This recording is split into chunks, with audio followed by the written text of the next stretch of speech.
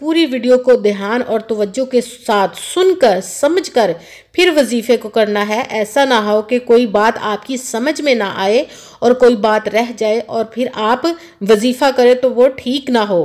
اگر ہم وظیفے کو اپنی طرف سے کسی لفظ کو زیادہ کر دیتے ہیں یا کم کر دیتے ہیں پھر بھی ہمیں وہ اس کا اجر و پھل نہیں ملتا۔ اسی لیے دھیان سے ویڈیو کو سن کر سمجھ کر پھر وظیفے کو کیجیے گا۔ جس تعداد اور جس ترتیب کے ساتھ میں آپ لوگوں کو وظیفہ بتاؤں اسی تعداد اور اسی ترتیب کے ساتھ آپ نے وظیفے کو کرنا ہے۔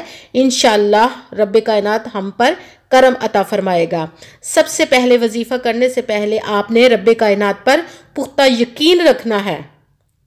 کہتے ہیں کہ یقین کامل ہوتا ہے پیر کامل نہیں ہوتا، اس لیے یقین کامل رکھنا ہے اور اچھی نیت رکھ کے کرنا ہے کہ رب کائنات قرآن پاک میں ارشاد فرماتا ہے انما الاعمال بالنیات، کہ جو عملوں کا دار و مدار ہوتا ہے وہ نیتوں پر ہوتا ہے۔ اگر ہماری نیت اچھی ہے تو ہمارا عمل بھی اچھا ہوتا ہے، اور اگر ہماری نیت ہی اچھی نہیں تو ہمارا عمل بھی اچھا نہیں ہوتا۔ چاہے ہم جتنی مرضی محنت کر لیں، جتنی مرضی کوشش کر لیں تو ہمیں ناکامی ہی ملتی ہے۔ اسی لیے اچھی نیت رکھ کے کیجئے گا کہ صرف آپ نے پڑھنا ہے اور باقی سب اپنے رب کائنات پر چھوڑ دیجئے گا۔ وہ کیسے آپ کی زندگی میں معجزے عطا فرماتا ہے اور کیسے کیسے سبب بناتا ہے کہ آپ سوچ بھی نہیں سکیں گے۔ یہ یقین کامل رکھ کے اچھی نیت رکھ کے آپ نے اس وظیفے کو کرنا ہے اور 5 وقت کی نماز کی پابندی لازمی رکھنی ہے۔ اس وظیفے کو آپ کسی بھی جگہ پر کہیں پہ بھی بیٹھ کر پورے دن میں پڑھ سکتے ہیں، کسی بھی نماز کے ساتھ پڑھ سکتے ہیں، مگر یہ دھیان رہے کہ جب آپ پڑھنے لگیں تو اس وظیفے کو مکمل کر کے اٹھنا ہے۔ یہ 1-1.5 منٹ کا وظیفہ بھی نہیں ہے، یہ بہت چھوٹا سا ہے اور آپ کے زندگی کے اتنے بڑے مسئلے حل ہو جائیں گے۔ اسی لیے جب وظیفہ کرنے لگیں تو درمیان میں نہ تو آپ نے کسی سے بات کرنی ہے اور نہ ہی درمیان میں اٹھنا ہے اور نہ ہی فون استعمال کرنا ہے۔ بالکل خاموشی، توجہ اور دھیان کے ساتھ آپ نے اس وظیفے کو کرنا ہے۔ جس بھی مقصد کے لیے آپ وظیفے کو کرنے لگے تو اس کو اپنے دھیان میں، اپنے ذہن میں رکھ کر آپ نے اس وظیفے کو کرنا ہے۔ انشاءاللہ رب کائنات ہماری مدد عطا فرمائے گا۔ اور آپ نے جب وظیفہ کرنے کے لیے بیٹھنا ہے تو آپ نے بالکل خاموشی کے ساتھ بیٹھ کر کسی بھی نماز کے ساتھ، گھر میں ہے، آفس میں ہے، دفتر میں ہے، اسکول میں ہے، مدرسے میں ہے، مسجد میں ہے، کہیں پہ بھی دکان پہ ہے، آپ نے جب وظیفہ کرنے لگانا ہے تو بالکل خاموشی کے ساتھ کرنا ہے۔ سب سے پہلے 1 مرتبہ آپ نے درود پاک پڑھنا ہے۔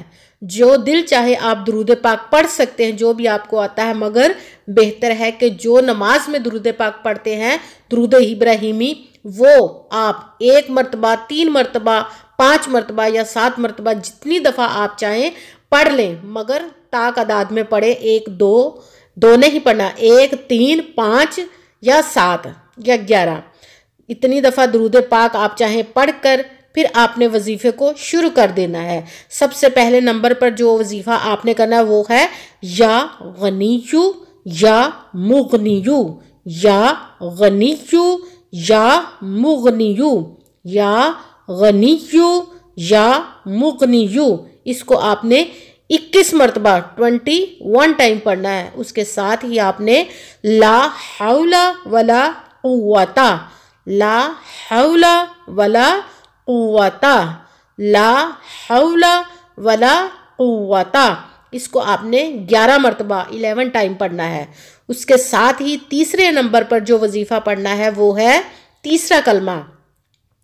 تیسرا کلمہ آپ نے اس طرح پڑھنا ہے سبحان اللہ والحمدللہ ولا الہ الا اللہ واللہ اکبر۔ یہاں تک آپ نے پڑھنا ہے اس وظیفے کو، سبحان اللہ والحمدللہ ولا الہ الا اللہ واللہ اکبر، سبحان اللہ والحمدللہ ولا الہ الا اللہ واللہ اکبر۔ اس کو آپ نے 3 مرتبہ پڑھنا ہے، 3 مرتبہ۔ سب سے پہلے درود پاک پڑھا، اس کے ساتھ ہی یا غنیو یا مغنیو 21 مرتبہ 21 ٹائم، اس کے ساتھ ہی لا حول ولا قوت الا باللہ یہاں تک، اس کو 11 مرتبہ 11 ٹائم پڑھنا۔ اس کے ساتھ ہی تیسرے نمبر پر تیسرا کلمہ پڑھنا ہے سبحان اللہ والحمدللہ ولا الہ الا اللہ واللہ اکبر، یہاں تک 3 مرتبہ پڑھنا۔ اس کے بعد آپ نے فوراً ہی وہی درود پاک پڑھنا ہے جو وظیفہ شروع کرنے سے پہلے پڑھا تھا، اور جتنی مرتبہ پہلے پڑھا تھا اتنی مرتبہ ہی آپ نے اب پڑھنا ہے، اور پھر دونوں ہاتھوں کو اپنے رب کائنات کی بارگاہ میں بلند کر لینا ہے۔ جو بھی حاجت، جس بھی مقصد کے لیے، جتنی دولت کے لیے آپ نے رب کائنات سے دعا مانگنی ہے، اب دعا مانگیے، اور دعاؤں میں مجھے بھی لازماً یاد رکھیے گا، میرے لیے بھی دعا کیجیے گا۔